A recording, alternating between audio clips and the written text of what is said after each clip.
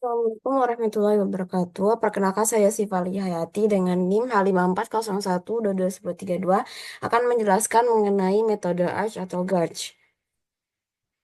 Nah, apa itu ARCH atau GARCH? Eh, ARCH itu kepanjangannya Autoregressive Conditional Heteroscedasticity. Nah, saya akan menjelaskan secara komponen di mana autoregresif itu di mana dirinya sendiri yang di masa sekarang itu dipengaruhi oleh dirinya di masa lalu, misalnya. Nah, nah sehingga bisa terjadi varians residual yang tidak konstan, sehingga terjadi saling adanya berkolerasi. Karena berkolerasi tadi terjadilah cluster. Nah, selanjutnya yaitu kondisional, di mana maksudnya itu tergantung. Jadi, varian residual yang tidak konstan tadi dapat diakibatkan oleh error yang terjadi di masa lalu. Selanjutnya yaitu heteroscedasticity. Scarcity itu maksudnya kondisi di mana residual variance-nya atau error variance-nya itu tidak konstan. Nah, jadi R itu adalah model statistik yang digunakan untuk menganalisis dan memprediksi volatilitas dalam data time series. Nah, apa bedanya ARCH dan GARCH? Kalau ARCH itu model untuk model AR saja, sedangkan GARCH itu untuk model AR dan MA atau ARMA. Nah, di sini ada beberapa variasi ARCH, GARCH, yaitu ada ARCH model, ada GARCH, ada Nelson E-GARCH model, ada non-linear ARCH model, ada NARCH, Result ARCH, dan masih banyak lainnya. Nah, siapa sih ahli analisis ARCH atau GARCH ini? Nah, model ARCH itu pertama kali dikenalkan oleh Robert F. Angel pada tahun 1982, sementara GARCH itu dikembangkan oleh Tim Bowler-Sliff pada tahun 1986. Nah, ARCH atau GARCH ini banyak diterapkan dalam industri keuangan, ekonomi, statistik, analisis keuangan, sampai ke akademisi. Nah, kenapa dan kapan ArcGIS ini penting? Nah, data ekonomi ini kan biasanya pasti memiliki volatilitas.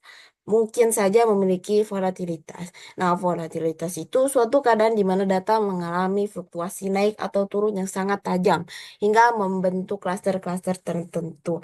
Dan data itu ketika naik atau turun itu pasti akan turun atau akan terus naik sehingga turun atau naiknya itu tidak konstan variansnya sehingga pasti data mengalami volatilitas sehingga tidak memenuhi asumsi homoskedastisitas.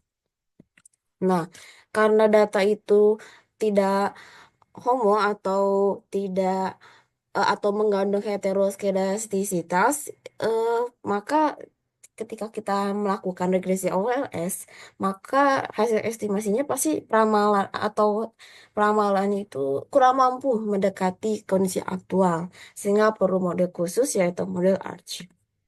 Nah, di mana ARCH atau GARCH ini dilakukan, itu bisa menggunakan aplikasi ARCH Studio, SPSS, Python, SAS, Minitab, Stata, dan masih banyak lainnya. Nah, di sini ada langkah-langkah melakukan ARCH atau GARCH. Yang pertama, import data.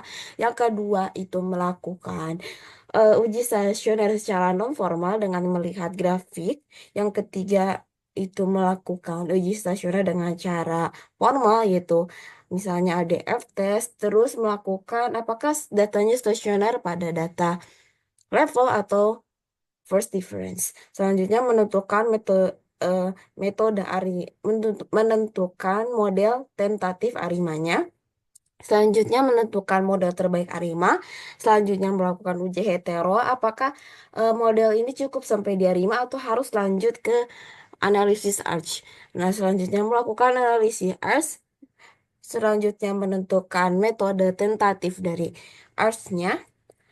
Setelah itu menentukan model terbaik ARCH-nya dengan cara membandingkan model ARCH dengan dilihat dari nilai AIC yang terkecil, nilai model gas yang signifikan pada variant equation-nya. Selanjutnya melakukan uji hetero lagi. Jika data sudah tidak mengandung hetero, maka bisa melakukan forecasting. Dan forecasting ini tidak hanya pada nilai minus saja, tapi juga dari simpangan bakunya juga. Nah, oke, terima kasih. Selanjutnya kita akan melakukan uji demonstrasi menggunakan aplikasi Stata.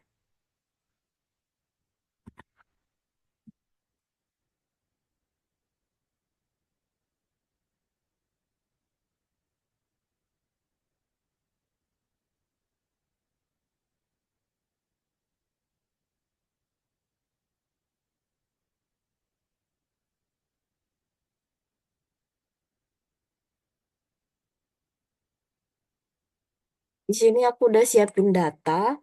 Datanya itu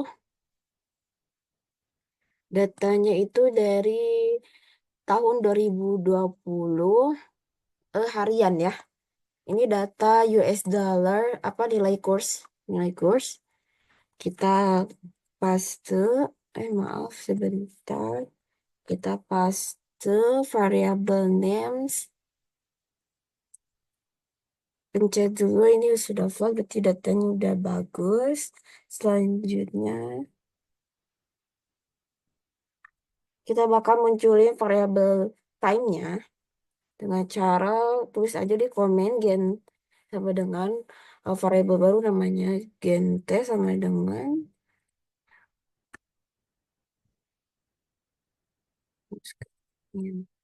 nah, udah itu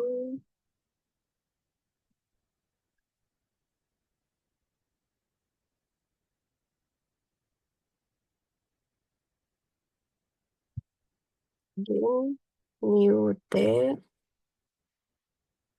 sama dengan td. Datanya pertama kita mulai tadi kan kita pakai Januari 2020 ya. Bentar.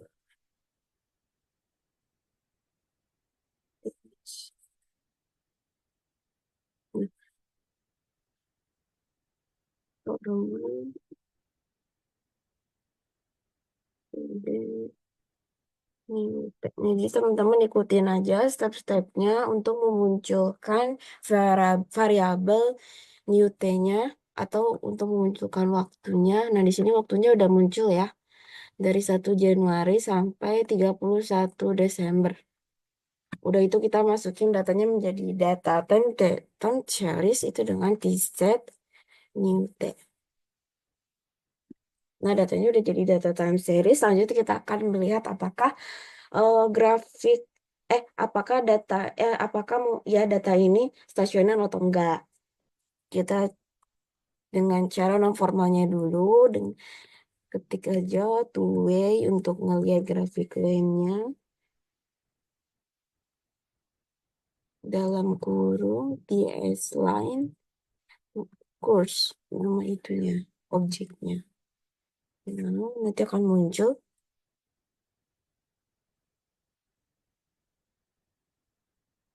Nah, ini memang agak lama. Nah, ini udah muncul. Nah, di sini ada grafik ya. Bisa dilihat bahwa grafiknya datanya memang tidak stasioner. Karena dia variasinya nggak ada di rata-ratanya ya. Dia ada yang bawah, ada yang atas banget. Selanjutnya kita bakal ngeliat eh, melakukan uji stasioner secara formalnya dengan cara ADF test. Tulis aja defuller course.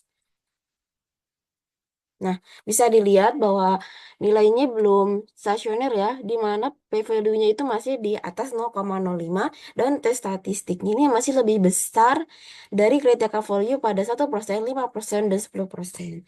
Makanya kita bakal melakukan first difference, di copy aja, di besar, titik, terus enter.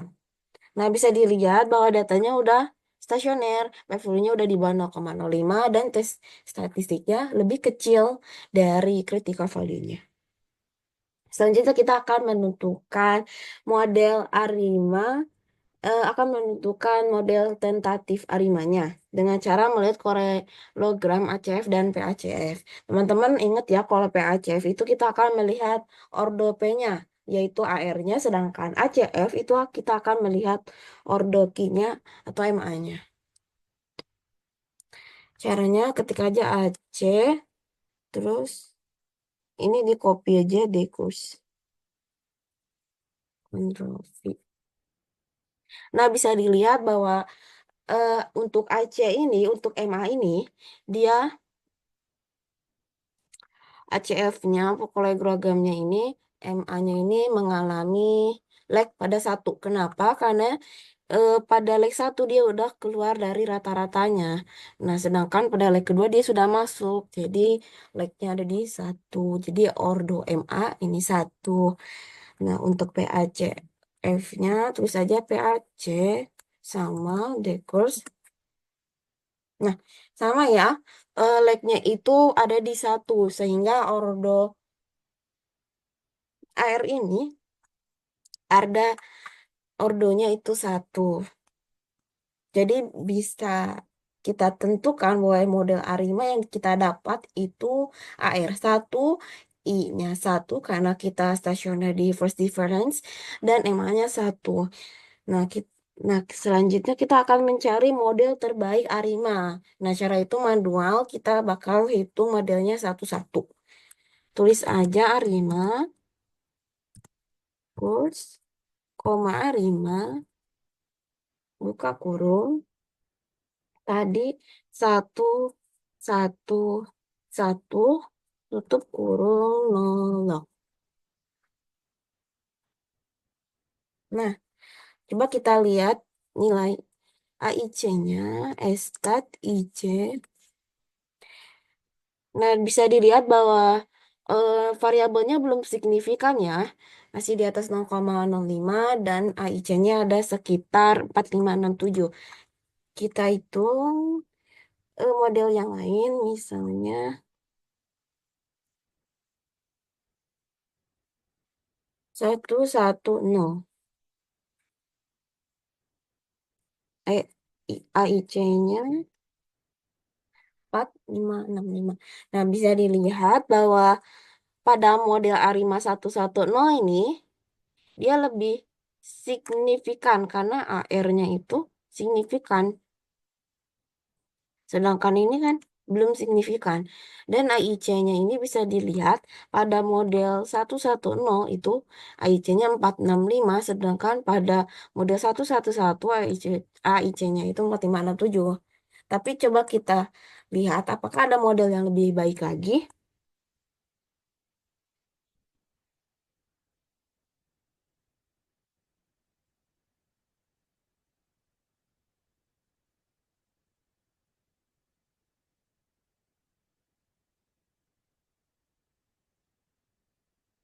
Nah, bisa dilihat bahwa model terbaik itu ada di A5 1011. Kenapa? Karena selain p-value-nya signifikan, AIC-nya ini lebih kecil daripada model 110. Kan 110 ini AIC-nya 46559, sedangkan untuk AIC pada model 011 itu 4565538. Jadi model terbaik A5 ini ada di A5011.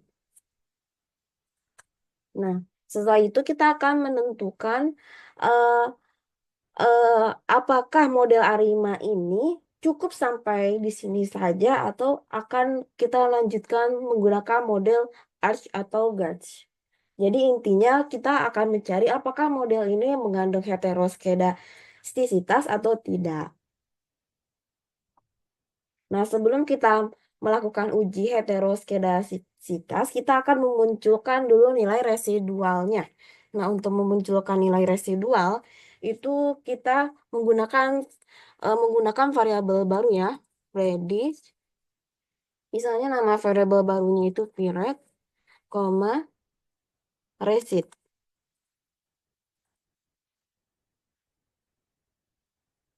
Nah, di sini bisa dilihat dia udah muncul nilai residualnya.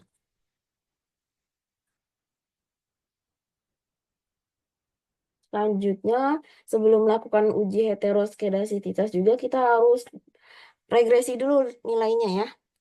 Nilai dari Viret ini tulis aja regres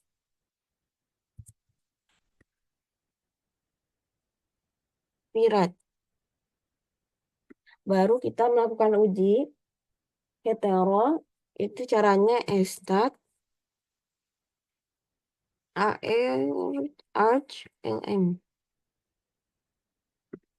Nah, bisa dilihat bahwa nilai probi, probo, probila, apa? Nilai probabilitasnya itu di bawah 0,05, berarti bahwa model ini tuh mengandung heteroskedastisitas. Jadi kesimpulannya, untuk model ini Arima saja nggak cukup. Jadi kita butuh pemodelan arch atau gauge-nya. Nah, untuk mencari model tentatif arch-nya, itu kita bisa dengan cara teman-teman percaya statistik, udah itu ke time series, setelah itu ke arch gauge dan arch and gauge model. Nah, kita masukin variabel dependennya itu course. Untuk modelnya tadi kan arimanya 1, 1 ya, 0, 1, 1 maksudnya. 0, 1, 1. Dan untuk modelnya kita mulai dari yang sederhana dulu yaitu arch 1. Udah itu kita oke. Nah, di sini P value-nya itu sudah signifikan ya. Probabilitasnya itu sudah signifikan. Coba kita lihat S-stat-nya. S-stat dari IC-nya, AIC-nya. Nah, AIC-nya itu sebesar 4493.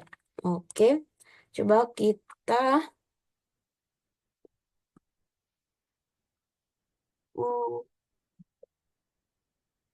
cari juga model lain, karena kan kita harus membandingkan mana model yang terbaik.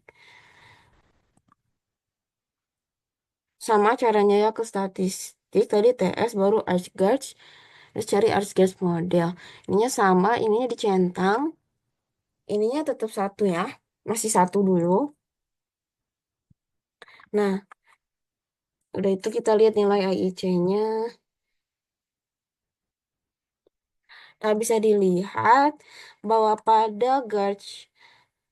pada model Arch 1 yang ini, dia signifikan tapi HIC-nya besar 4493. Sedangkan pada R1 Garch 1 dia signifikan tapi HIC-nya kecil. Sedangkan model terbaik untuk Arch ini itu dilihat dari AIC-nya yang kecil. Salah satu eh, kriteria untuk model terbaik Arch ini yaitu AIC-nya kecil. Bisa disimpulkan eh Arch dan Garch-nya signifikan dan KIC-nya kecil, berarti Arch Garch ini adalah model yang terbaik.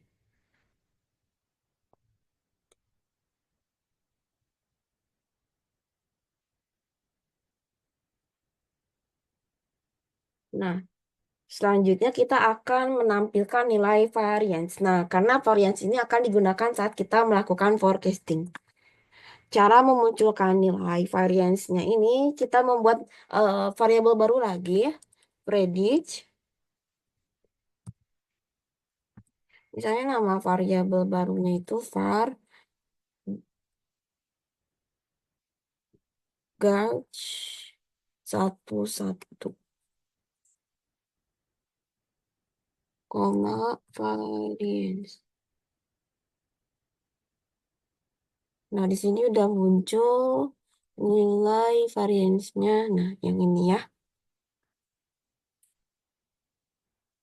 Udah itu kita bakal melihat eh, simpangan bakunya, memunculkan simpangan bakunya itu menggunakan tadi nilai variance-nya.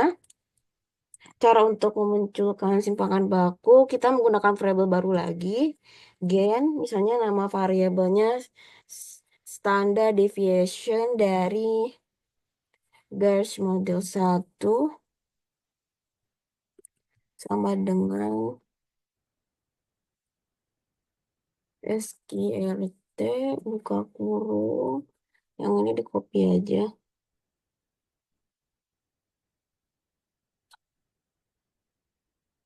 Buka kurung. Maaf, ini ada yang salah. Oh ini. Ini gen ya, bukan. Nah, dari sini nilai simpangan bakunya udah muncul. Nah, yang ini. Yang standard deviation ini.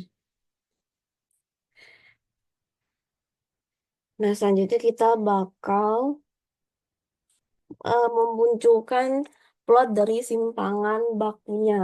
Nah, untuk memunculkan plot simpangan baku ini, teman-teman tulis saja TS line SD yang ini ya, copy aja.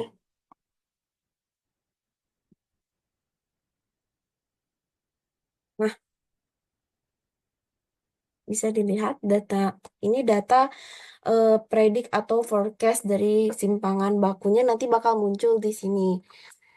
Nah, untuk forecast ini kan bisa forecast di dalam observasi atau forecast di luar observasi gitu.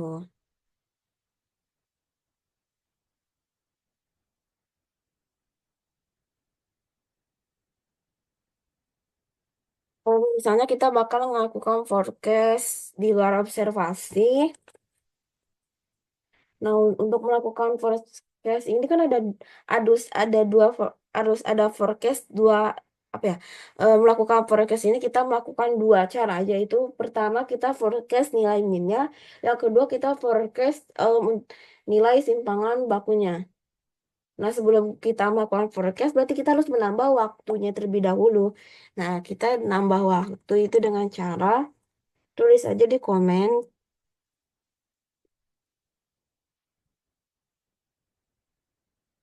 koma, misalnya aku mau 12 hari ke depan. Itu enter, nanti di sini bakal muncul. Nah, di sini bakal muncul kan dari 1 Januari sampai 12 Januari. Udah itu kita panggil dulu model Arima terbaiknya. Maksudnya model Gauge terbaiknya tadi. Yang mana ya? Nah, yang ini.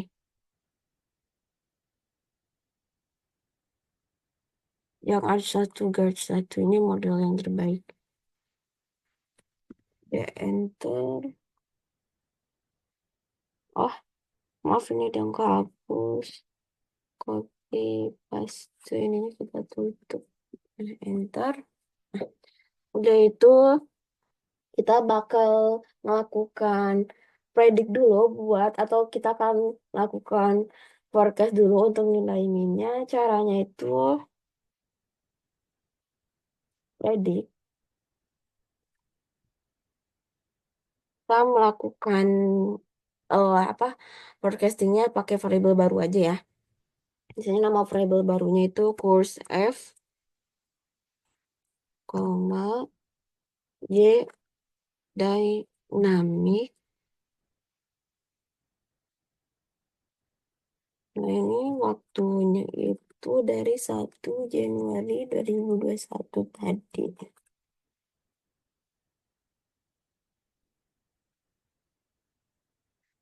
Ini, nah, selanjutnya yang kedua kita akan melakukan forecast untuk melihat simpangan bakunya. Tadi kan forecast untuk melihat.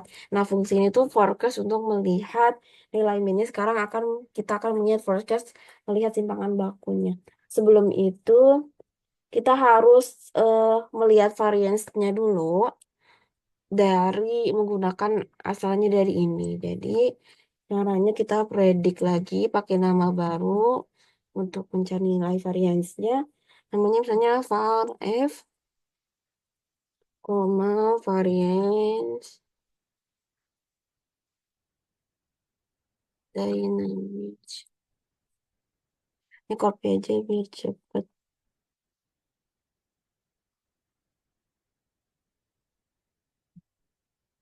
Bentar. Nah, ini nilai variansnya udah muncul nih, bisa dilihat. Nah, ini kan tadi Core F itu nilai eh, forecast untuk minnya dan ini nilai variance dari kurs yang ini, kurs F ini. Baru udah kita bakal melakukan memunculkan forecast simpangan bakunya dengan cara gen ADF. Misalnya kita taruh nilai simpangan bakunya ini di variabel baru namanya ADF. Terus di dari ini var F. Itu enter.